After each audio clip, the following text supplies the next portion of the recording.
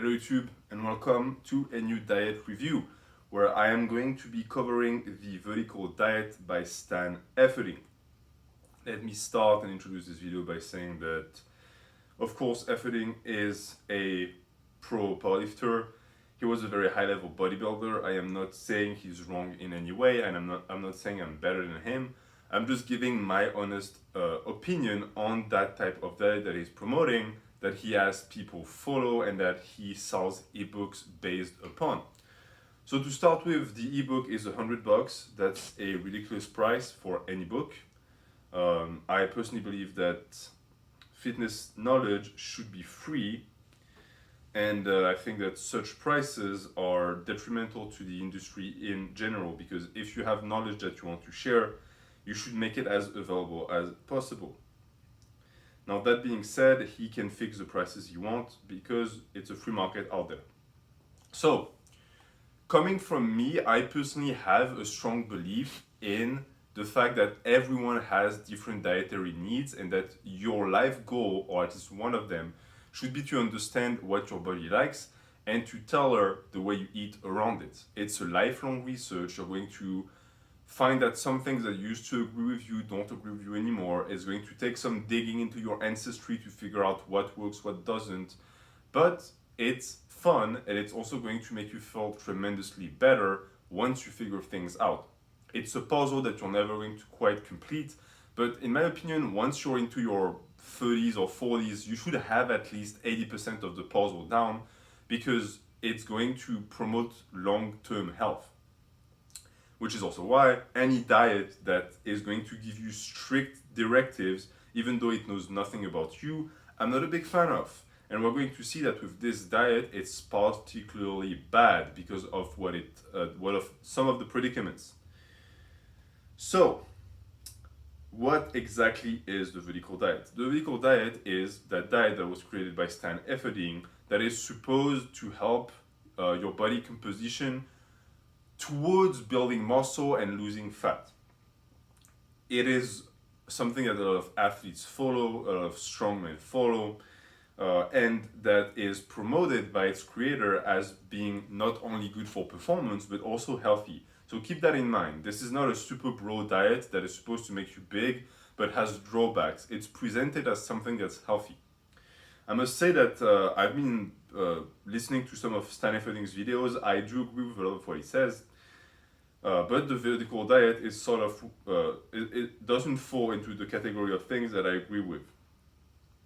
So, the reason why it's called a vertical diet is because there is a pyramid of foods you can eat, and the number one foods you're going to be told to eat to fill most of your macros and calories are going to be white rice and red meat. And they make up most of the diet, but not all of the diet. But let's start with this. White rice and red meat. So you're going to get carbs from your white rice, and you're going to get a lot of proteins and fat from the red meat. Red meat is extremely controversial. Some people say it's absolutely terrible for your health. Some people swear that it's the fountain of youth. There is a middle ground here. But that being said, I do think that having that as your main source of protein is going to be unhealthy for the vast majority of the population. It's way too much red meat. And it gets worse and worse when you realize that the heavier you are, the bigger of a proportion of red meat you're actually going to end up eating. It depends on the country too, but keep in mind that the way you cook the red meat also has an impact on your ability to digest it and on the damage it does to your health. People who undercook beef apparently tend to not suffer from as bad as consequences as people who overcook it. And for a lot of people in the West, people tend to really overcook their beef. So that is something that could potentially become a problem as time goes by. He also says, and that's Stan Efferding speaking, that you should eat foods that your body likes. And I agree with that 100%. But it's in direct contradiction with his diet, because he tells you that there are certain things that you have to eat and certain things that you shouldn't eat.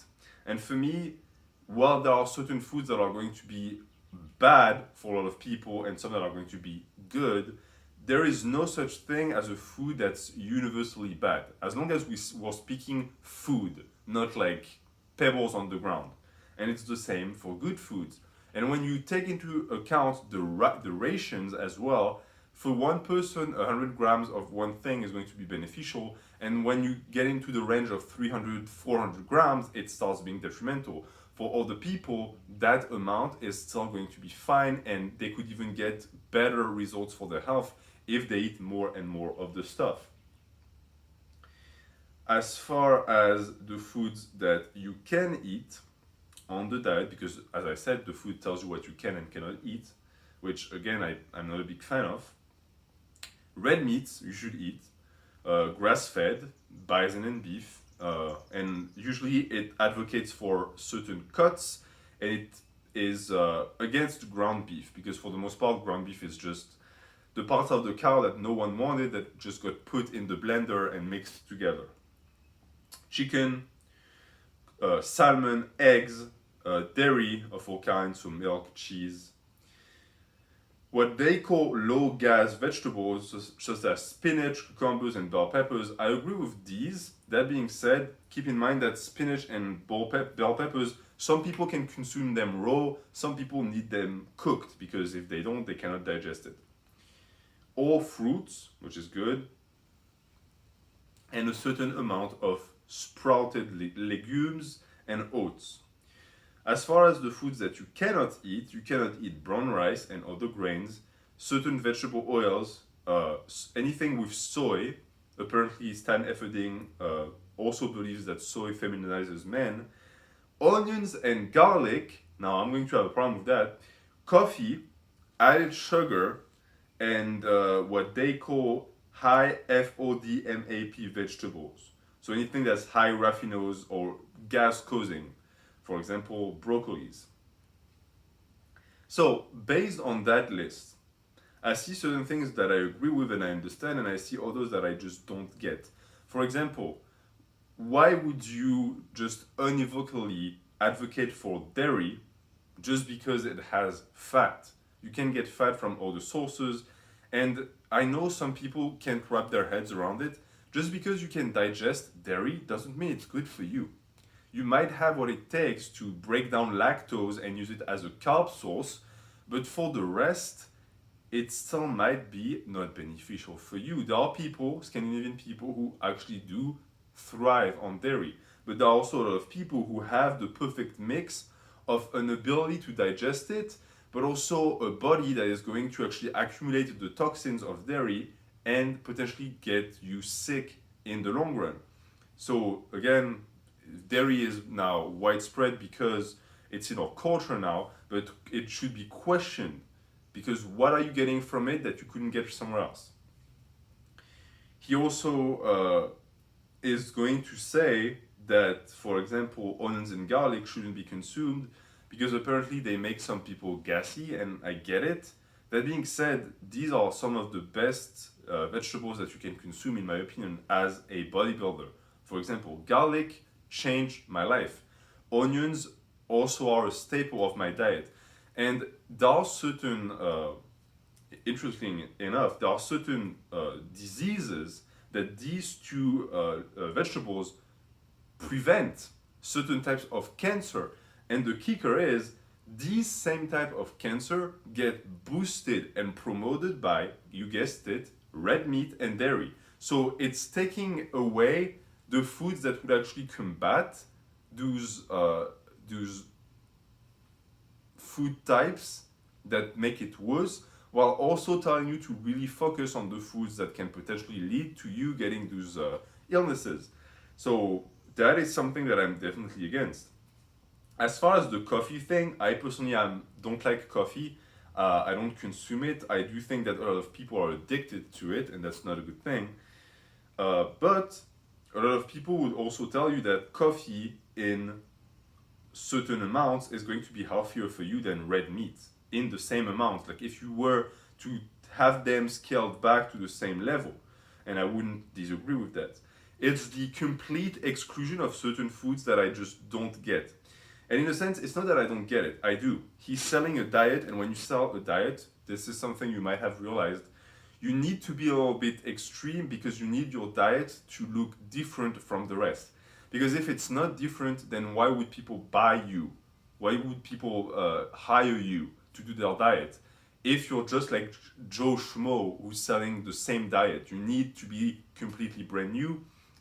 And what Stan Efferding did is he has a catchy name, the vertical diet, and he has a principle that is quite easy to understand. You focus on white rice and red meat to get most of your calories and macros, and then you complement that with vegetables and other type of lean protein sources.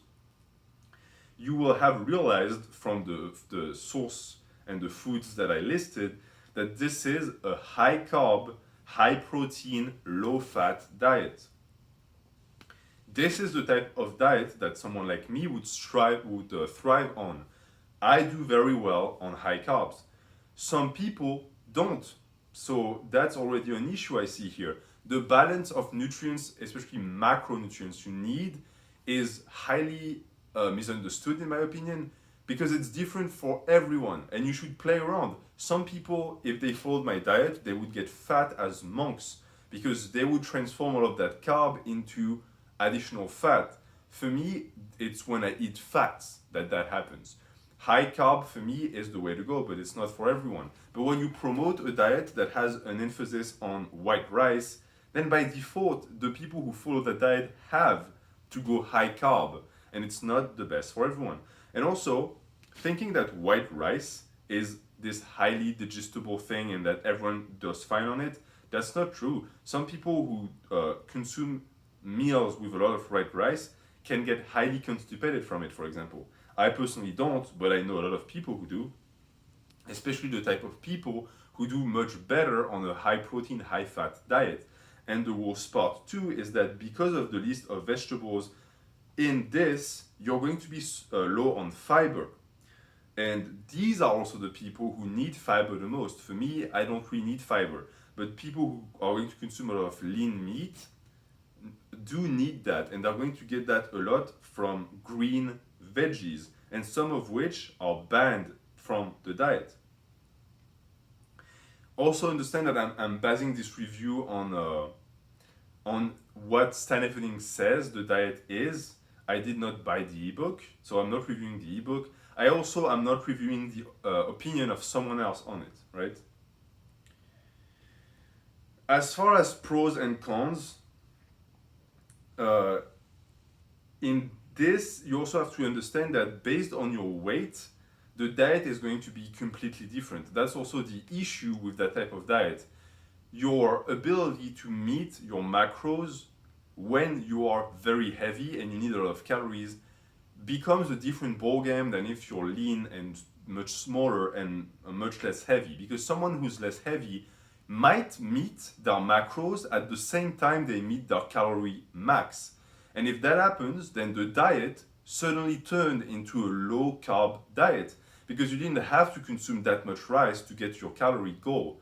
But if you're like 100 pounds heavier and you need much more calories, suddenly you're consuming a ton of white rice to meet your macros, and now it's high carb.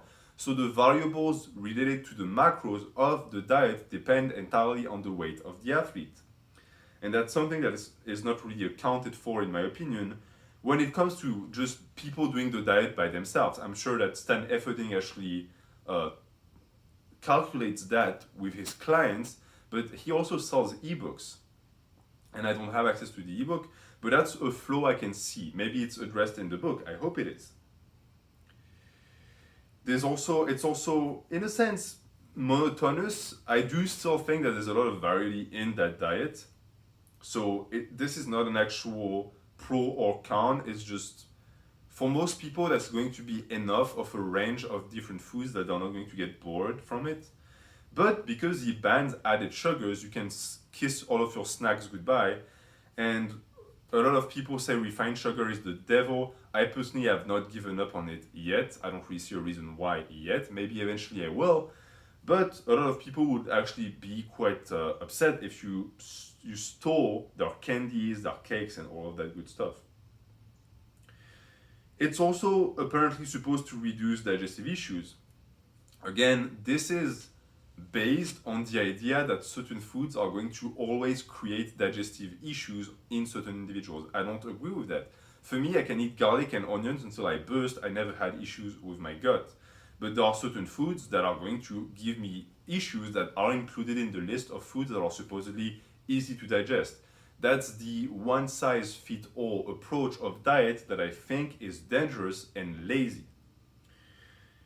You can also consider that because it's basically asking you to eat all of that red meat, you can either buy cheap red meat that is going to make you feel like garbage and sick all the time, or you can break the bank and buy grass-fed bison all the time. But do you have the money for that?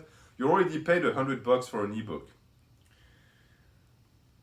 As I said, it's low in fibers, and fiber is very important. And I'm talking real fiber, okay? I might make a video about this. Taking fiber supplements is stupid. The reason why we want high fiber diets is because you also get a ton of minerals and micronutrients from the same sources of fiber. This is why vegetables and fruits are so good. People who just take fiber, you're missing the point entirely. And also, and again, I might make a video about that, it's a disgusting topic, but it's interesting. Your ability to get rid of the rejected foods that your body did not want, which it's your excrements, it should not be something that's compulsory, and it shouldn't happen more than once or twice a day. If you abuse fiber to the point that you go 5 times a day, you have gastrointestinal problems. And as far as nutrient deficiencies goes, I mean, I've always believed that you can get your minerals and macros from limited sources as far as you're smart about it, and your body also holds onto these nutrients very effectively. So I don't really think that that's a con, but some people might. And now we're going to wrap up the video, I think, because I said a lot about the vertical diet, and I told you a lot about what I believe is good with this and bad.